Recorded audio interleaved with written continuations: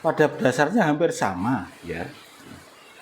Jadi Manekung dan Semeti dengan patrap khusus, dengan posisi tubuh khusus, dengan doa-doa yang khusus, dengan tata cara pengaturan nafas yang khusus, sehingga mencapai titik keheningan yang betul-betul hening.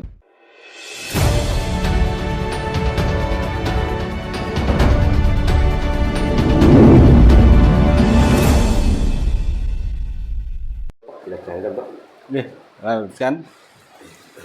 Jadi doa-doa sholat dijiwai, dihayati. Inna sholati wa nusuki wa mahyaya wa mamati lillahi rabbil alamin. Tuh, la syarikalah, tidak ada Tuhan selain Dia. Wa bidzalika umirtu ana awalul muslimin. Itu kan doanya Nabi Musa dan Nabi Ibrahim ketika pertama kali berjumpa dengan tajalinya Allah, Tuhan yang Maha Kuasa, Sang Maha Pencipta, Sang Yang Widiwasa. Karena umatnya Nabi Musa pada saat itu tidak percaya. Okay. Tunjukkan kepadaku Tuhan yang kamu sembah. Akhirnya Nabi Musa dapat perintah disuruh naik ke gunung. Setelah Tuhan bertajali, Nabi Musa semaput. Itu kelasnya Nabi Musa.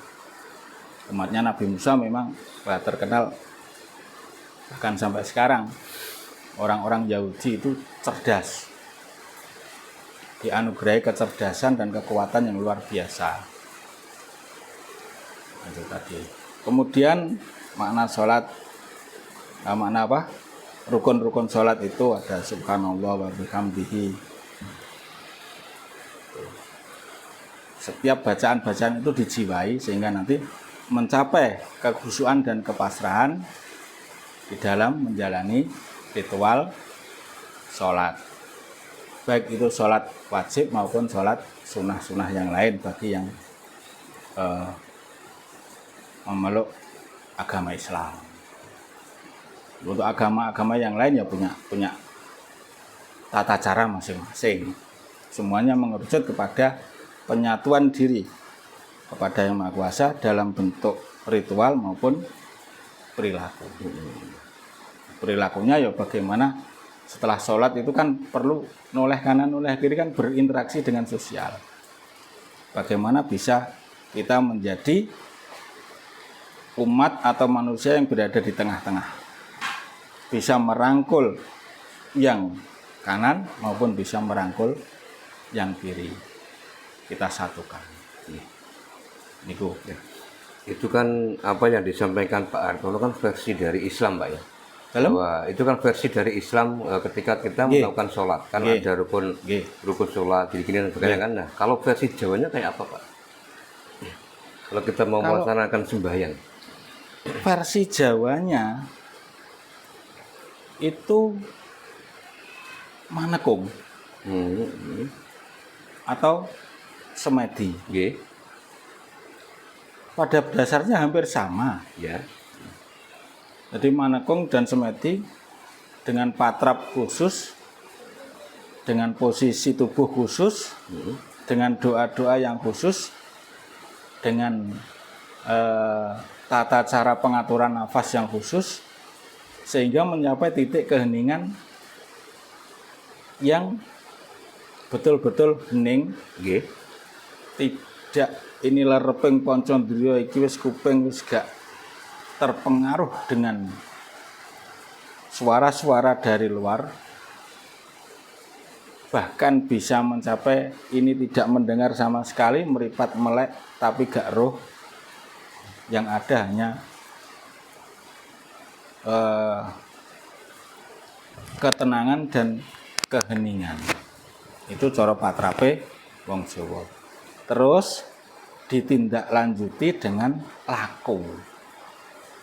laku seserawungan dengan sesama kawula. Nggih.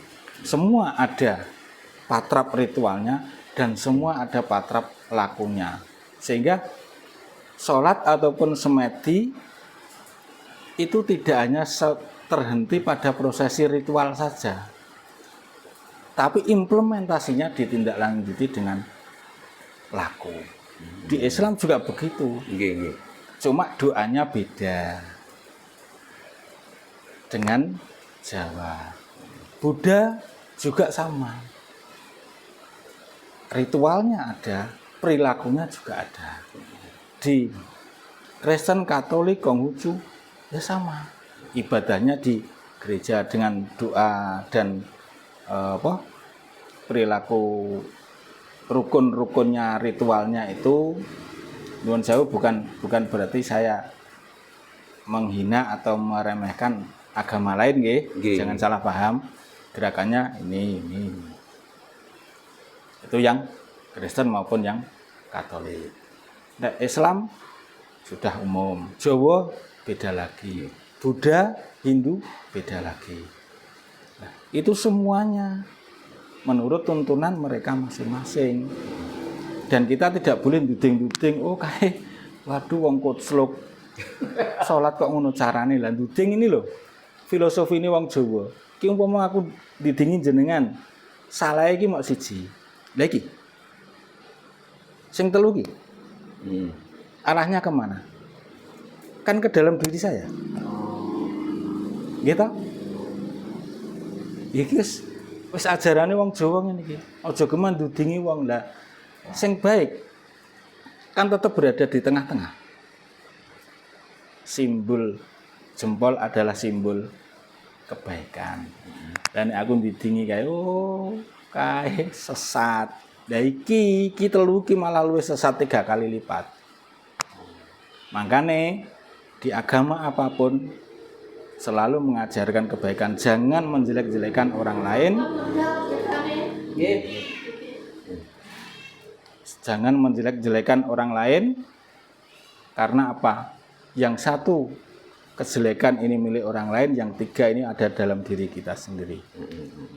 Niki ulang-ulangannya filsafat, makna filosofis dari pelajaran Jawa. Makanya Jawa pun juga punya lelaku, perilaku setelah ritual. Topo broto. Artinya topo broto ora kok ndhuwulik ning kamar mengunci diri, gak peduk sapa-sapa mah dipedhuki sapa-sapa, bukan. Topo itu adalah mengendalikan, broto itu laku, perilaku, mengendalikan sikap. Tetap berinteraksi dengan sesama makhluk. Karena apa?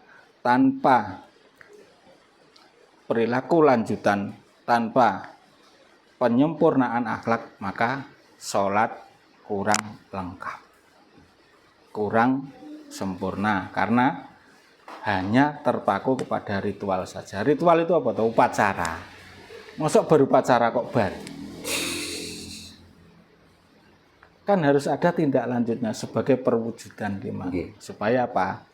Syariatnya dapat, torekotnya oke, hakikatnya kita paham, ma'rifatnya jalan. Jadi komplit 4 hal ini tetap ada. Lah nek terpaku pada ritual saja hanya dapat 1. Sing telu ilang. Kan kurang lengkap. Jawa pun juga sama, patrapnya beda. Itu dalam hal masalah. Terus ini Pak, tujuan dari sholat ataupun sembahyang kalau versi Jawa itu sejatinya itu untuk apa Pak? Untuk dalam versi Jawa? Iya. Tujuannya untuk apa? Ya antara sholat, sembahyang itu kan pasti kan kita punya tujuan. Nah, sejatinya tujuannya orang sholat, orang sembahyang itu untuk apa Pak? Niku nggih sebagai suatu alat. Nggih. Jadi sholat niku namung alat. Semedi tata cara Jawa, sembahyang suatu alat. Media. Media, bukan tujuan. Media gitu ya. Alat kanggo apa? untuk mengenal Tuhan, untuk lebih mendekatkan diri kepada kuasa-kuasa Tuhan. Dalam istilah nek Jawane manunggaling kawula kalawan Gusti. Supaya apa? Bukan hanya ketuhanan yang Maha Esa, tetapi mengesa bersama Tuhan. Itu. Sehingga kita tidak lupa diri siapa diri kita sebenarnya.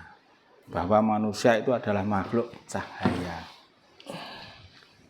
Bukan sinar loh, nggih. Yang diturunkan ke bumi kemudian dibungkus casing dengan wujud raga, roh Allah masuk pada saat proses kejadian manusia. Terus dikongkon apa? Nek cara pernah juga ini diungkapkan, alastu birabbikum. Apakah kamu kenal siapa Tuhanmu pada saat si jabang bayi masih di dalam alam kandungan? Qalu bala syahidna. Jawaban kita pada saat itu. Ini menurut pelajaran Jawa ya enek, pelajaran agama Islam juga ada. Ada dalilnya. Jadi hampir sama. Sopo pangeranmu? Jawab kita Nur Insan yang pada saat masih di alam jabang bayi itu, ya aku mengenalmu. Qalu bala syahidna. Aku menyaksikanmu. Akhirnya setelah lahir ke dunia, loh kok malah lali?